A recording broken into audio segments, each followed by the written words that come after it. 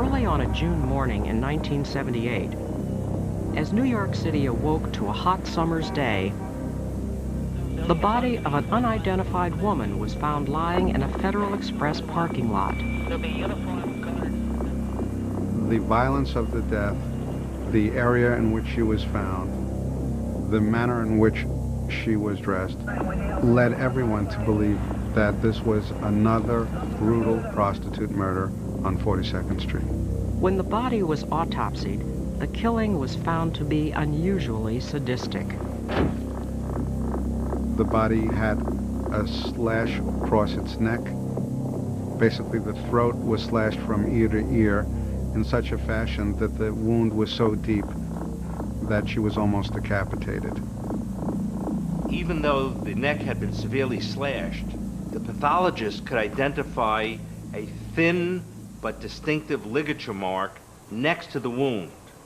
And when he examined the body with a magnifying glass, he found small particles of carpet fiber under the victim's fingernails.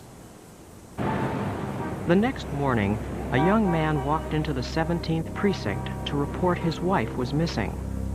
His name was Dennis Rasso, and he told police the following story. He had been in a disco with his wife earlier in the morning. They had a fight over whatever it was, and she stormed out and left. He continued to stay in the place, and he had some more drinks, and he fell asleep on the couch. When he woke up, the place was closing down. He went home to Hoboken, New Jersey. When shown a photo of the woman found in the parking lot, he identified her as his wife, Rosa Rasso. Her brothers told us Rosa wore a lot of jewelry. She had engagement rings. She had necklaces. And yet, when the body was found in the Federal Express parking lot, she had no jewelry. At first, it seemed like a robbery. But that changed when detectives learned some disturbing things about her husband, Dennis. The night of the homicide, when he had gone home, he spent the night in his bed with his babysitter. We thought that was peculiar because he's spending the night with his babysitter and he's not even sure if his wife's coming home. So we started to think different things about Dennis Rasso. The family of Rosa Rasso said they also did not trust him because she told them that Dennis had often gotten violent with her. Dennis and Rosa had an extremely volatile relationship. He had assaulted her in the past. She had ended up in the hospital. He had, at that time, left her for dead on the side of a road, yet the relationship continued. Rosa's family continued to point the finger at her husband, Dennis. Rosa's family told the police, look, this guy's got a truck in New Jersey that he delivers flowers in and that they use for recreation, a truck, a van. Ask him where the truck is, ask him where the van is. Dennis Rasso's van was finally located in an isolated neighborhood in Brooklyn. The van was examined by our forensic people, and they found specks of blood in the van. And later on, they discovered that they had vacuumed up some black fibers out of the van, which were carpet fibers. Using the fibers that we found on her hand at the morgue, they matched. Now we knew that she had been in that van when she was murdered. Even though the police were sure that Dennis was somehow involved in his wife's murder, they were also confused about why he had an alibi for that evening. But 2 weeks later, in Hoboken, New Jersey, another seemingly unrelated brutal murder took place, one that would change everything.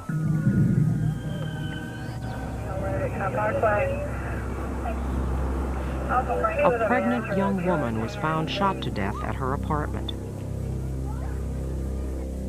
Found at the crime scene were 2 pairs of sunglasses.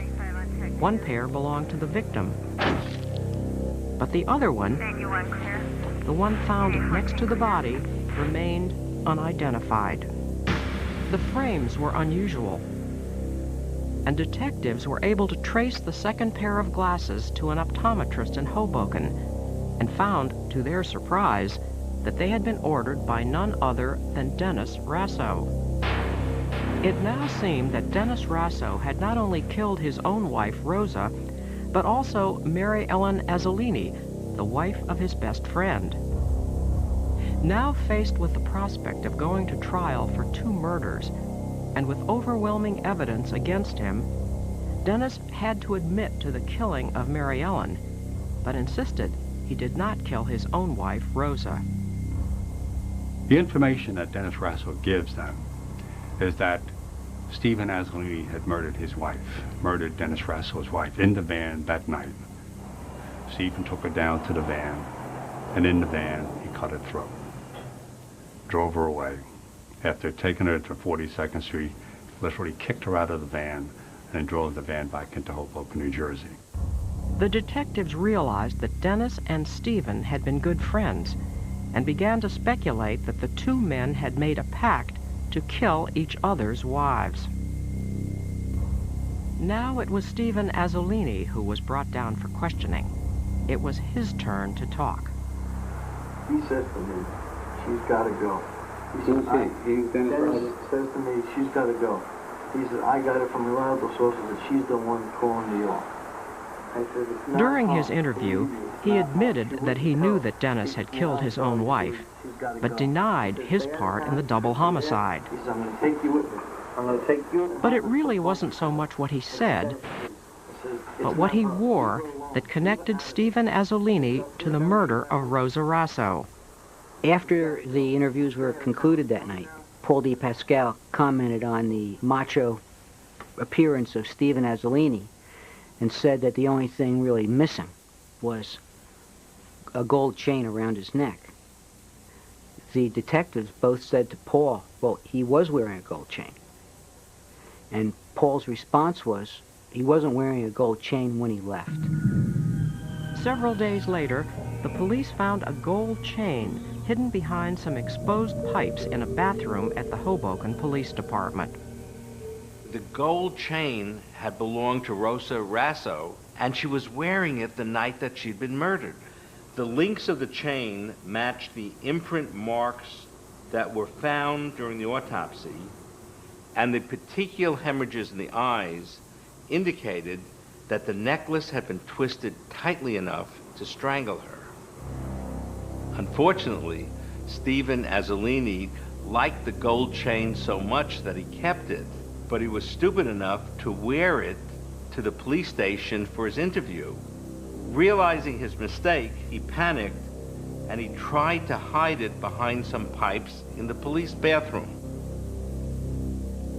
Confronted with the chain evidence, Stephen Azzolini finally confessed that he and Dennis were both unhappy in their marriages and had agreed to kill each other's wives. We forensic pathologists say that a killer always leaves something or takes something from a crime scene. In this case, one killer left a pair of eyeglasses at the crime scene. The other took a necklace from the crime scene. And for these 2 mistakes, they both got 20 years to life.